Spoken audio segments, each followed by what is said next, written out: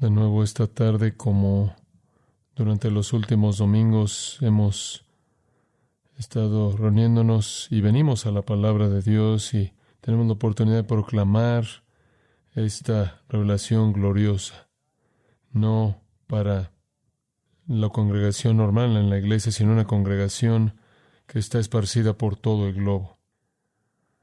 El domingo pasado habían personas que fueron parte de nuestro servicio de 85 naciones y números incalculables de personas nos acompañaron y nos han acompañado cada vez que hemos hecho eso, y eso es otra vez el caso en esta noche, y la palabra de Dios está siendo traducida en idiomas múltiples, incluyendo idioma de sordomudos estadounidense, y estamos recibiendo respuestas de alrededor del mundo. Ese es un pensamiento sobrio para el predicador, quien entiende la responsabilidad que tiene a sus pies de hablar de una manera que quizás va a hacer que este mensaje en particular sea exactamente la verdad clara, que pueda cautivar los corazones de algunos que no conozcan al Salvador. Como sociedad a nivel global estamos viviendo en medio de una especie de amenaza peligrosa que ha venido sobre nosotros por un virus. Nuestra sociedad está muy consciente de ese peligro y muchos otros peligros que enfrentan nuestras vidas.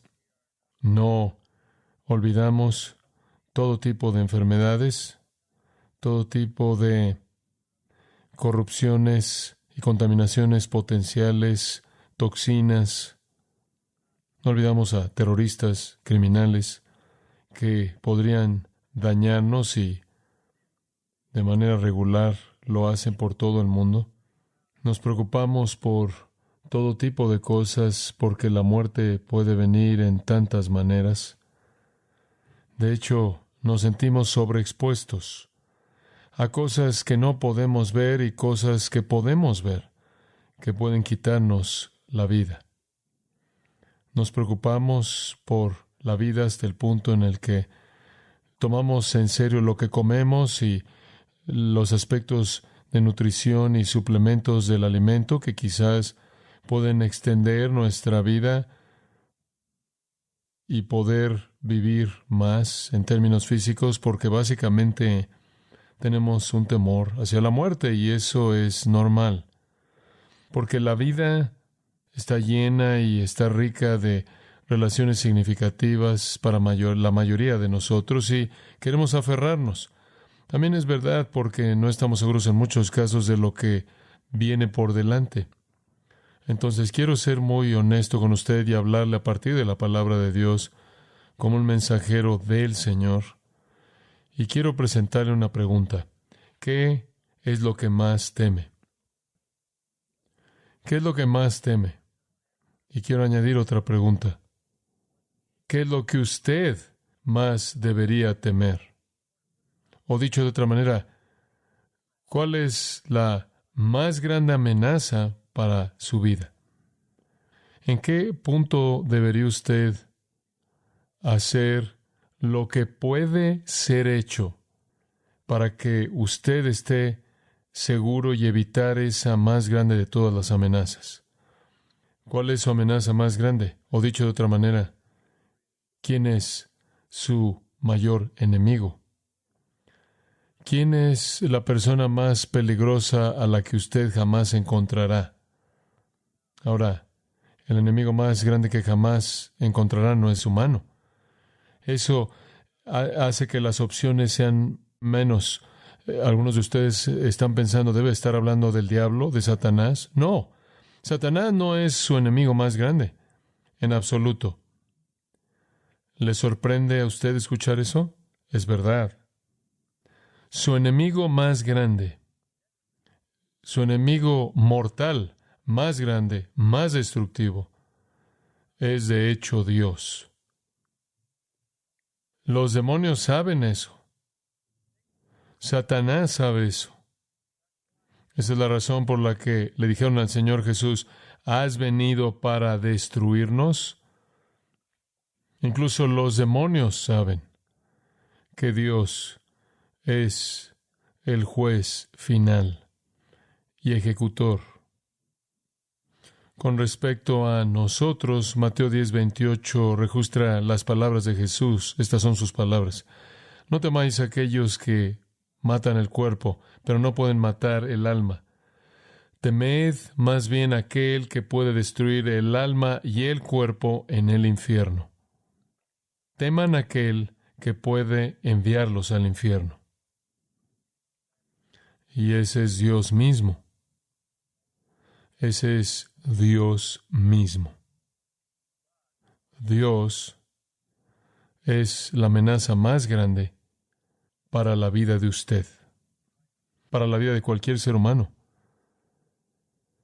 Usted no debería temer nada en un sentido definitivo que esté limitado al daño físico, incluso muerte física, porque esas cosas que pueden dañar su cuerpo no son las cosas que producen la destrucción final de su alma. Debe estar usted aterrado de aquel que puede destruir el alma y el cuerpo en el infierno. Y ese no es Satanás. Satanás no es el soberano del infierno. Él está entre aquellos que estén en el lago de fuego mismo, que será castigado eternamente por el soberano que está por encima del infierno, quien es Dios mismo. Honestamente, en nuestro país creemos que Dios es nuestro amigo, no nuestro enemigo. Constantemente clamamos a Dios y decimos con mucha frecuencia que Dios bendiga este país, que Dios bendiga Estados Unidos. Eso no es nuevo. Desde 1918 hubo una conflagración de naciones que se identificó como la Guerra Mundial, la Primera Guerra Mundial, y en ese mismo año, en 1918, también tuvimos la gripe española que mató a 100 millones de personas, y fue durante ese año, supongo que bajo las aflicciones de esas realidades desastrosas, que un escritor de canciones llamado Irving Berlin escribió una canción llamada Dios bendiga a Estados Unidos. Él clamó a Dios y le pidió que bendijera nuestro país. Todavía cantamos esa canción, ha sido editada a lo largo de las décadas, pero todavía cantamos esa canción y en cierta manera pensamos que lo merecemos, usted sabe. Pensamos que a Dios le cae bien Estados Unidos, pensamos que somos dignos de bendición porque nos encanta la libertad, nos encanta la justicia, hay cierta especie de bondad colectiva, filantropía, caridad, preocupación, compasión que caracteriza a nuestra nación. Hay un deseo por equidad, nos preocupa el bienestar, nos preocupa el proteger a la gente del daño, no solo nuestra propia nación, sino a lo largo de los años hemos enviado nuestras tropas por todo el mundo para proteger a otras personas. Somos cuidadosos en lo más que podemos de estar en la punta del avance tecnológico, médico que pueda mejorar la vida, y gastamos nuestro dinero en la gente que lo necesita aquí por todo el mundo. Y entonces pensamos que con toda esta bondad seguramente podemos pedirle a Dios que nos bendiga. Y creo que incluso a nivel personal, la mayoría de la gente piensa que Dios es amigable hacia ellos. Piensan que Dios quizás va a ser la fuente de buena fortuna. Usted oye a personas que se ganan la lotería, incluso dicen gracias al Señor. Pensamos que hay un sentido en el que nuestra bondad nos trae victoria. Alguien podría agradecerle al Señor porque gana un supertazón o una competencia de boxeo, y cuando algo sale bien en la vida, pensamos que esta es la bendición de Dios y en cierta manera me la merezco. Y cuando las cosas salen bien para nosotros, en cierta manera afirman la idea que Dios es nuestro amigo y Él nos está viendo de manera amable. Y por cierto, esta noción es apoyada por muchos cristianos y muchos predicadores cristianos que dicen con mucha frecuencia estos días que Dios ama a todo mundo y ama a todo mundo de manera incondicional, y quiere ser el amigo de toda persona, y algunas veces se oye como especialmente la gente que está en nuestro país. Después de todo, tenemos su nombre en nuestras monedas y en el saludo de nuestra bandera.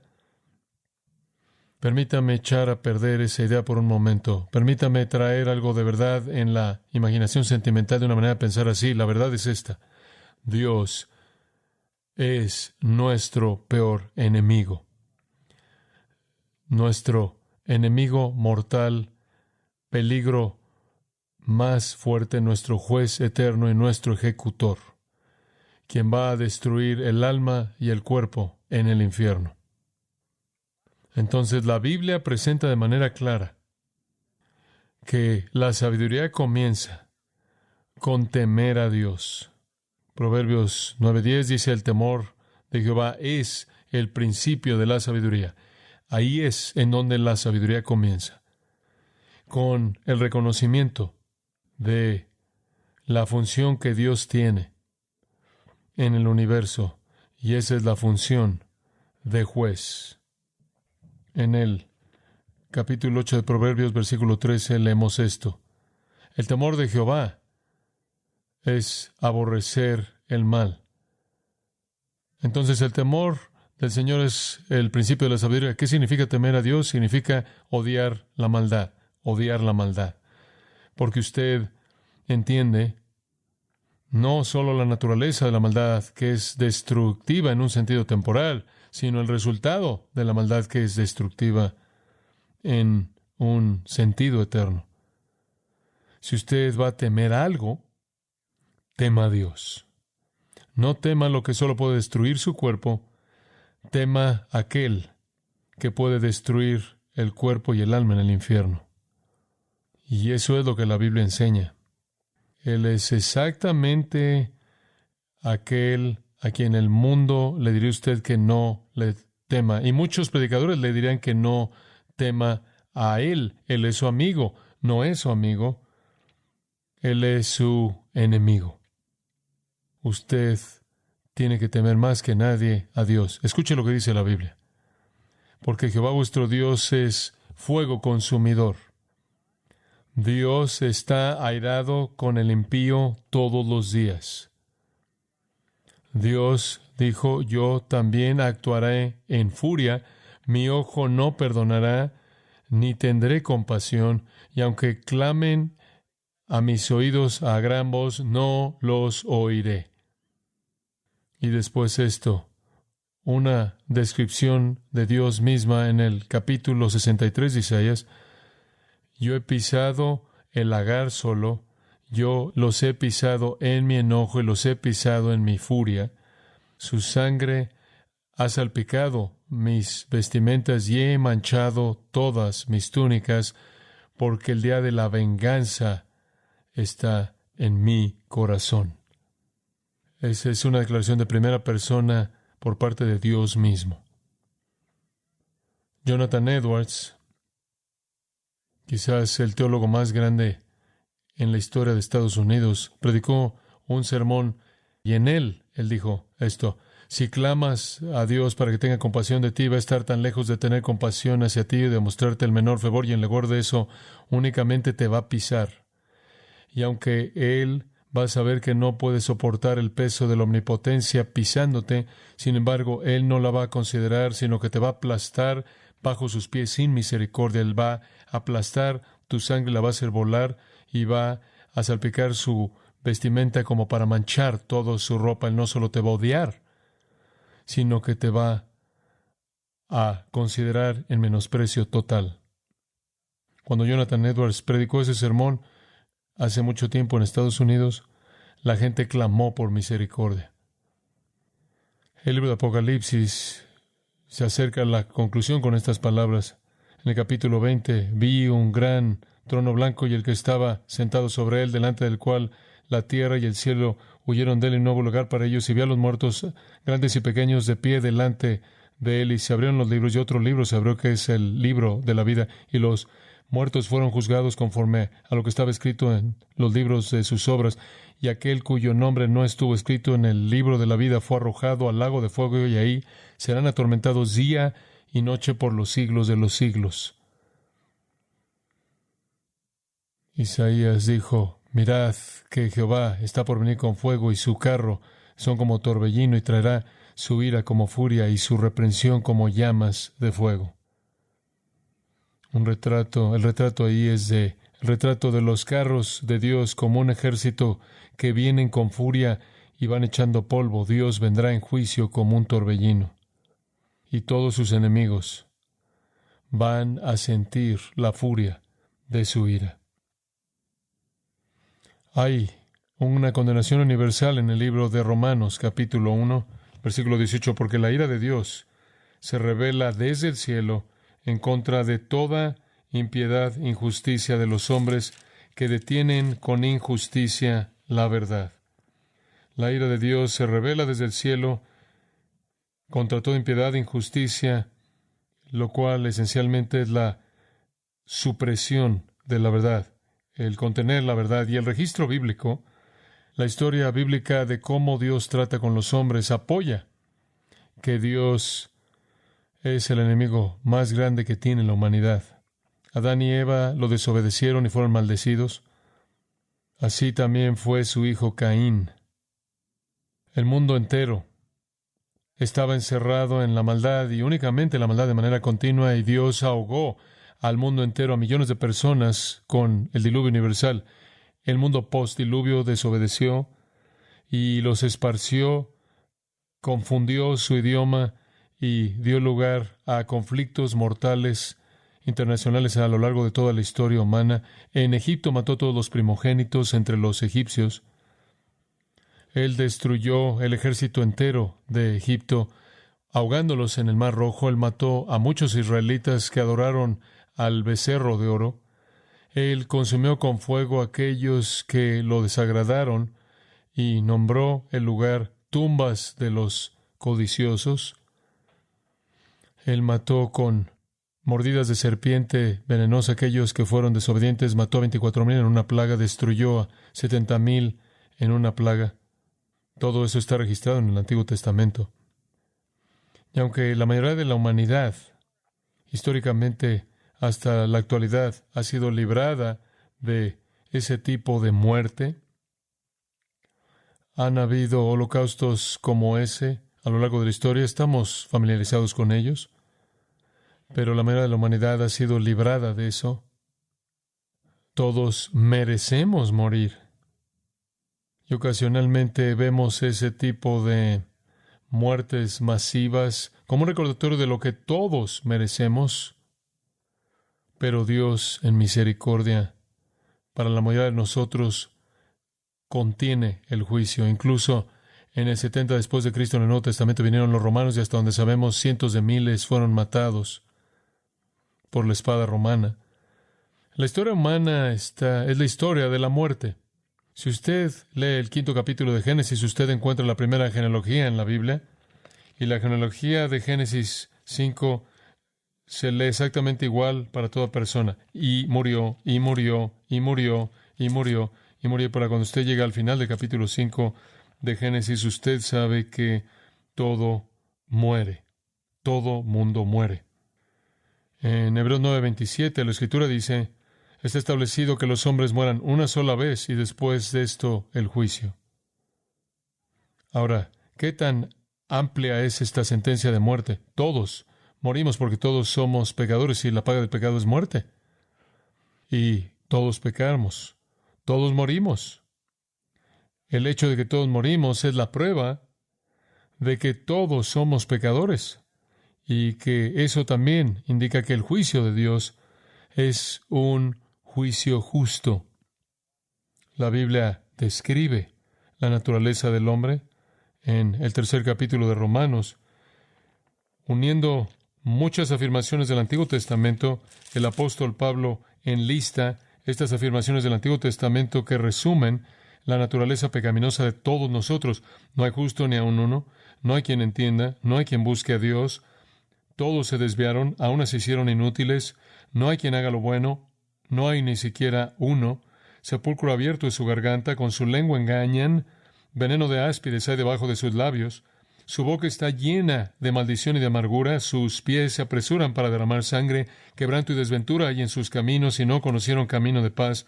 Y después esta condenación final, no hay temor de Dios delante de sus ojos.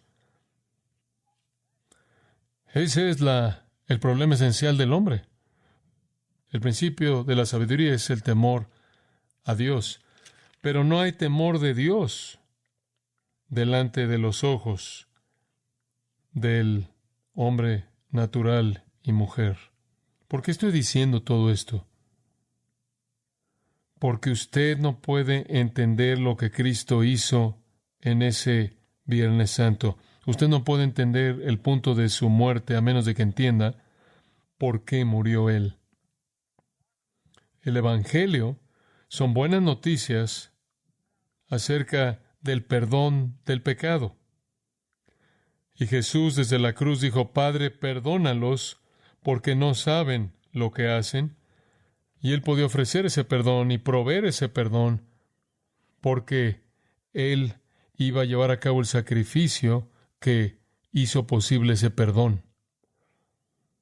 Mire, el Evangelio en el cristianismo no tiene que ver con una vida más feliz, un mejor matrimonio, una vida social más contenta. No tiene que ver con cumplir sus deseos o su potencial o ser todo lo que usted podría ser o quiere ser. No tiene que ver con terminar con su insatisfacción. Realmente no tiene que ver con deshacerse de su vergüenza y sentimientos de culpabilidad. Todos tenemos una conciencia, todos nosotros. Y hay ocasiones cuando esa conciencia opera en nosotros de manera bastante dura, acusándonos. Es un regalo dado por Dios tener una conciencia, así como el dolor en su cuerpo es un regalo dado por Dios para que no se siga lastimando usted al punto de matarse. La conciencia le grita a usted y le dice, deja de conducirte de esa manera inmoral porque estás dañando tu alma. Pero el mensaje del Evangelio y el mensaje del cristianismo no es para que de alguna manera usted venza su culpabilidad y calle su conciencia activa. No tiene que ver con decir, bueno, realmente no eres lo que quieres ser, pero Jesús quiere hacerte todo lo que tú puedes ser. No. Eso ni siquiera es la esencia del pecado. La esencia del pecado no es definida por mis fracasos, por mis malas relaciones, por mis malas conductas. La definición del pecado no es cómo ofender a alguna otra persona, cómo daño a otra persona. Esa no es la esencia del pecado. La idea misma del pecado es que es una ofensa en contra del Dios Santo. Viola su ley e irrumpe y afecta a la relación de una persona con Él. El Evangelio no es acerca de arreglar su relación con usted mismo, sentirse mejor acerca de usted mismo. No es acerca de arreglar sus relaciones con otras personas. Es acerca de remediar su relación con el Dios Santo.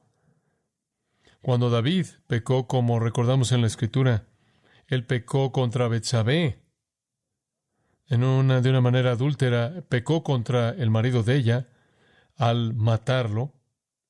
Él pecó contra toda persona que era parte de esa operación en complicidad para hacerlo, pero cuando derramó su corazón en el Salmo 51, él dijo, contra ti solo he pecado. Él vio el pecado no por lo que le hizo a él, produciendo culpabilidad y remordimiento. Él vio el pecado no por lo que le hizo a otras personas, sino por lo que le hizo a Dios. Como resultado de todo el pecado que ofende a Dios y viola la ley de Dios, todos estamos bajo el juicio de Dios. Tenemos que ver nuestras fallas, nuestra desobediencia, nuestras iniquidades, transgresiones y pecados a la luz de la santidad de Dios. Y si usted no las ve a la luz de eso, usted no las ve por lo que realmente son. El pecado no es un concepto social, no es algún tipo de fracaso personal. El pecado es un ataque en contra de Dios.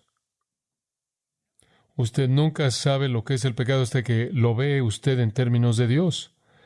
Y medirlo no a la luz de estándares humanos, sino a la luz de la norma de la santidad total de Dios y sus demandas para la vida de usted. Entonces, lo que tenemos que entender es que la conciencia mala que lo convence usted de pecado quizás no sea ni siquiera la convicción de pecado, quizás sea un sentimiento malo porque las cosas no salieron como usted quiso. No es que usted necesita sentirse como un fracaso. Eso no es entender su pecado o sentirse miserable por sus malas obras. No, usted necesita entender que todo pecado es un acto abierto de rebelión en contra de un Dios infinitamente santo, y debido a que usted pecó, usted está bajo su condenación. Jesús no viene como algún tipo de superpsiquiatra para tratar de arreglar su relación con usted mismo y la gente que lo rodea a usted. Él viene para arreglar su relación con el Dios Santo. Estar convencido del pecado y convencido de que está mal como pecado es medir su vida por la ley misma de Dios y darse cuenta de que básicamente usted se ha rebelado contra su autoridad. Usted lo ha ofendido, usted lo ha desafiado, usted lo ha blasfemado incluso. El pecador necesita estar aterrado. No veo mucho de eso en la actualidad. El pecador necesita estar aterrado. No hecho sentir que Dios es su amigo, cuando el hecho es que Dios es el enemigo más mortal y peligroso que el pecador tiene. Para que un pecador sea traído a Dios debe ser una realidad aterradora. Entonces esa es la condición de todos nosotros. ¿Y qué hacemos al respecto? No podemos hacer nada al respecto, porque por las obras de la ley ningún ser humano será justificado por él. No podemos reconciliarnos al ser buenos porque no podemos ser lo suficientemente buenos. Jesús dijo, sed pues vosotros perfectos como vuestro Padre que está en los cielos es perfecto. No podemos alcanzar eso. Usted no puede alcanzar la salvación solo. ¿Cómo podemos entonces reconciliarnos con un Dios a quien ofendemos continuamente? ¿Qué podemos hacer? La respuesta a eso viene en la obra de Jesucristo y sabemos, a partir de lo que Él dijo en la cruz, Padre, perdónalos, que eso esencialmente esa es la razón por la que Él vino y por qué estaba muriendo, para proveer perdón de pecados. Pero, exactamente, ¿qué es lo que necesitamos entender? Bueno, repasemos lo que dijimos. El principio de la sabiduría es temer a Dios. Romanos 3 dice, la gente no teme a Dios. Temen prácticamente todo lo demás excepto por Dios. Temen las cosas